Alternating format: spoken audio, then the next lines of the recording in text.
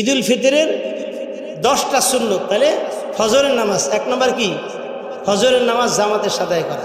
2 নম্বর গোসল করা। 2 নম্বর কি? গোসল করা, অবাঞ্ছিত লোম, হাতের নখ এগুলা কাটা, এটা সুন্নত এই ঈদের দিনের জন্য।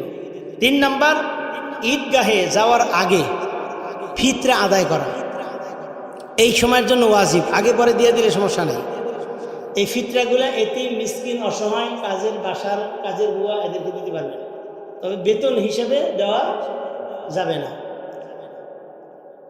4 নম্বর পরিষ্কার পরিচ্ছন্ন কাপড় পরিধান করা। নতুন কাপড় পরতে হবে এরকম না, আপনার যেটা আছে ওইটাই সুন্দরভাবে পরিষ্কার পরিচ্ছন্ন করে ওইটাকে পরিধান করে ঈদগাহে আসা। 5 নম্বর ঈদগাহে আসার আগে আপনার সামর্থ্য অনুযায়ী সুগন্ধি ব্যবহার করা। 6 নম্বর মিষ্টি জাতীয় কোনো খাবার খেয়ে ঈদগাহে আসা, মানে ইফতার করে আসা। কথা বলছেন যে আজকে যে আপনার রোজা না, এটা প্রমাণ করলেন যে আজকে রোজা না, এটা প্রমাণ করলেন। মিষ্টি জাতীয় কোনো দ্রব্য, পায়েস হতে পারে, ফিরনি হতে পারে, সেমাই হতে পারে, সবচাইতে উত্তম হচ্ছে খেজুর খেয়ে আসবেন। যদি খেজুর থাকে কারো ঘরে, খেজুর খেয়ে আসবেন। 6 নম্বর আসার সময় তাকবীর বলতে বলতে মসজিদে আসা বা ঈদগাহে যাওয়া। কি বলতে হবে?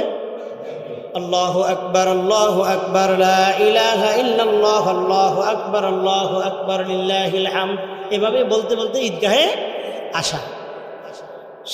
8 নম্বর এক রাস্তা দিয়ে আসা, অন্য রাস্তা দিয়ে যাওয়া।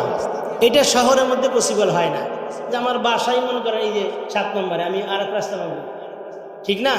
তবে উত্তম হচ্ছে আপনি আসার সময় ডান দিক দিয়ে আসবেন। কোন দিক দিয়ে? রাস্তায় ডান দিক দিয়ে হাঁটা তো সুন্নত, যাওয়ার সময় আমার ডান দিক দিয়ে যাবেন, তাহলে 2 পাশ দিয়ে গেল যা হলো, ঠিক নেই? তাহলে একটু পলিটিক্স করলেই সব কিন্তু পাওয়া যায়। আসার সময়ও ডান দিক দিয়ে, যাওয়ার সময়ও কি, যদিও রাস্তা একটা, কিন্তু আমি 2 পাশ দিয়ে হাঁটছি, ঠিক না? তা আল্লাহ তাআলা 2 রাস্তাতে যাওয়ার সওয়াব দিতে পারেন না? অবশ্যই পারেন। 9 নম্বর ঈদগাহে গিয়া নামাজ পড়া।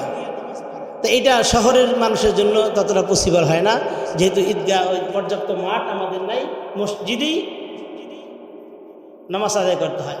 ঈদগাহে গিয়া নামাজ পড়া, সকাল সকাল ঈদগাহে আসা। 10 নম্বর আত্মীয় স্বজনের খোঁজ খবর নেওয়া। এদিন কে কেমন আছে, কার কি প্রয়োজন, একটু খোঁজ খবর নেওয়া, আত্মীয়র বাসায় কিছু হাদিয়া নিয়ে যাওয়া। এই 10টা মোটামুটি সুন্নত আমরা আদায় করবো তো ইনশাআল্লাহ। যারা বলি ইনশাআল্লাহ।